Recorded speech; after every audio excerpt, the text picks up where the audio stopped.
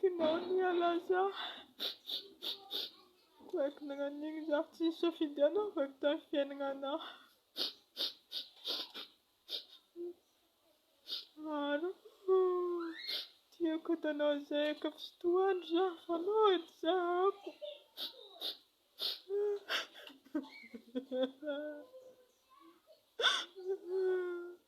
Aro tegna anjavako marina anao ke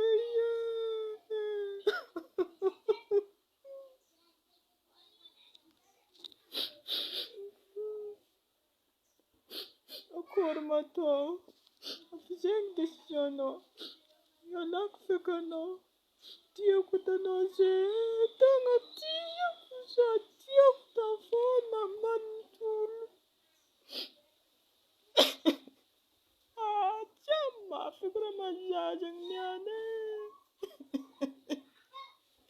Anao raha tsy nanjary anao igny e. Ifoagna anao zaho.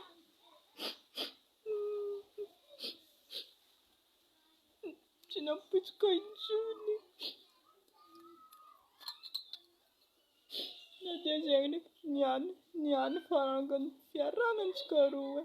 Tegna farany feky.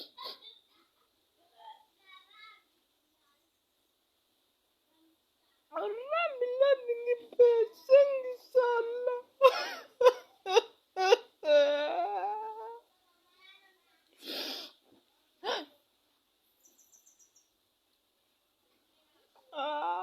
Manitsinitsy makara mafepeky mama.